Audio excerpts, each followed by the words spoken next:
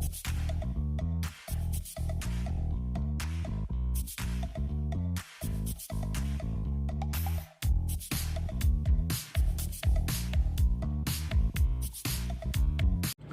दोस्तों, आज हम लोग इस वीडियो में जानेंगे संख्या रेखा पर अपरिमेय संख्याओं का निरूपण, यानी कि representation of irrational number on number lines.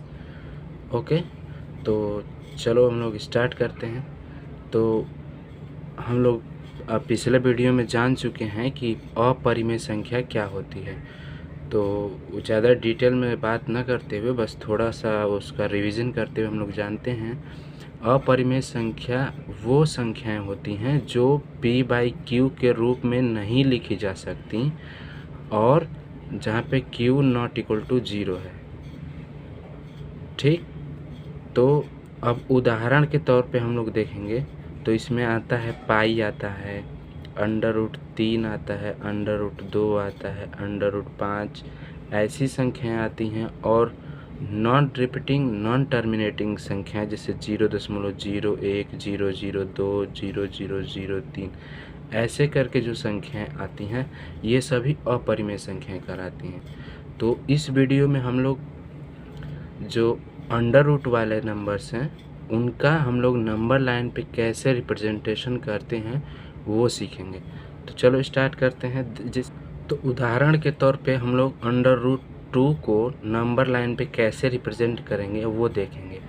तो यदि हम लोगों को कोई भी अपरिमेय संख्या हो, जैसे में √2, √3 ऐसे संख्याओं को जब संख्या रेखा पे दर्शाना हो, पहले क्या करते हैं कि जो संख्या दी होती है उसको हम लोग कर्ण मानते हैं।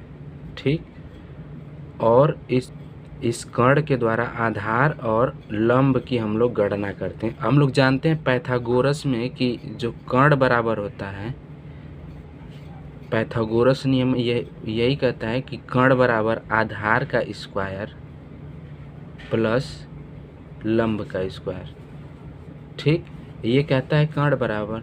तो यदि हम लोग कर्ण बराबर √2 देखें तो इसको हम लोग अपने से कल्पना करें तो इसको लिखेंगे, हम लोग लिख सकते हैं 1 का स्क्वायर प्लस 1 का स्क्वायर, यानी कि √2 यदि कर्ण हो तो उसका आधार 1 होगा और लंब भी 1 होगा।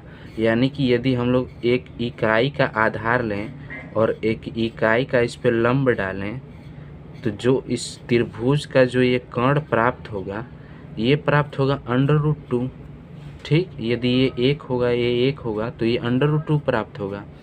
तो इस तरह से पहले हम ये जो यहाँ से यहाँ तक की जो लंबाई हो गई ये कड़ी में 2 हो गई। ठीक, तो हम लोग क्या करेंगे कि एक नंबर लाइन लेंगे। ठीक, एक नंबर लाइन लेंगे और इस पे 0, 1, 2 ऐसी संख्याएं निरूपित करेंगे। इधर -1 होता है, -2 होता है। ठीक, अब क्या करते हैं, मूल बिंदु जो 0 होता है, मूल बिंदु वहाँ से यदि हम लोग, अब देखो ये आधार और ये लंब ये दोनों हम लोगों को इस पे ड्रॉ करने हैं। कैसे ड्रॉ करने हैं, मूल बिंदु से। मूल बिंदु से हम लोगों को इकाई 1 अंक जाना है, इकाई यूनिट। ठीक, अब यहाँ से हम लोग इस पे एक लंब डालेंगे तो वो लंब जो है इकाई होगा और ये लंब जब हम लोग डाल लेंगे और फिर जो मूल बिंदु से इसके आखिरी छोर से मिलाएंगे तो ये जो यहाँ से यहाँ तक की लंबाई होगी ये होगी √2।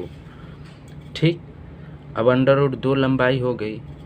अब देखो √2 जब लंबाई होगी तो हम लोग क्या करेंगे, इसके बराबर यानी कि मूल बिंदु से और इस आखिरी बिंदु से इसके बराबर एक चाप लेंगे। चाप लेकर इस नंबर लाइन पे उस चाप को काटेंगे। ठीक, जैसे इस तरह एक चाप लेंगे और इसको चाप यहाँ से इस तरह काटेंगे तो क्या होगा कि ये कहीं ना कहीं नंबर लाइन पे इस तरह कट करेगा। तो जिस बिंदु पे कट करेगा वो बिंदु ही उसको प्रदर्शित करेगी। ठीक, बात समझ में आई। तो ऐसे ही हम लोग अपरिमेय संख्याओं का निरूपण करते हैं संख्या रेखा पे। अब जैसे मान लो हम लोग दूसरा एग्जाम्पल ले लेते हैं, √3। हम लोगों को √3 को संख्या रेखा पे दर्शाने हैं, तो पहले क्या करेंगे कि इसको हम लोग कर्ण के रूप में देखेंगे √3 को, और इसको लंब और आधार के तौर पे हम लोग निकालेंगे। तो √3 को हम लोग लिख सकते हैं √2 का स्क्वायर प्लस 1 का स्क्वायर, ठीक। यानी कि जो आधार है वो √2 को दर्शा रहा और लंब जो है 1 को दर्शा रहा, और ये कर्ण को, ठीक। अब √2 आधार प्राप्त करने के लिए जैसे हम लोग पीछे किए हैं वैसे ही हम लोगों को प्रक्रिया करनी पड़ेगी पहले। तो क्या करेंगे, एक नंबर लाइन ड्रा करेंगे और इस पे 0 1 2 3 ऐसे नंबर लाइन पे ड्रा कर लेंगे, -1 -2 -3।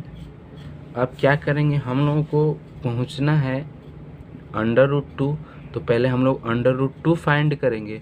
तो उसके लिए पहले हम लोग एक इकाई यूनिट इधर पॉजिटिव जाएंगे और इस पे इकाई यूनिट अगर लंब डाल देंगे और इस मूल बिंदु से और इस आखिरी छोर पे यदि हम लोग मिलान करेंगे तो ये जो लंबाई होगी ये √2 होगी, ठीक।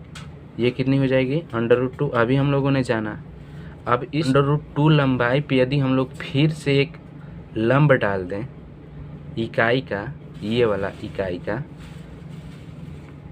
ठीक, और लंब डाल के मूल बिंदु से इसके आखिरी पॉइंट को मिला दें, तो ये कितना प्राप्त हो जाएगा, √3 प्राप्त हो जाएगा। क्यों प्राप्त होगा, क्योंकि ये अब इसके लिए क्या हो जाएगा, आधार हो जाएगा और ये लंब हो जाएगा। तो आधार का स्क्वायर प्लस लंब का स्क्वायर बराबर कर्ण का स्क्वायर, तो इतना प्राप्त हो जाएगा √3। आप क्या करेंगे, इस इतना चाप को, ये जो है मूल बिंदु 0 से और इस आखिरी छोर से एक चाप लेते हुए इस पे जब हम लोग डालेंगे,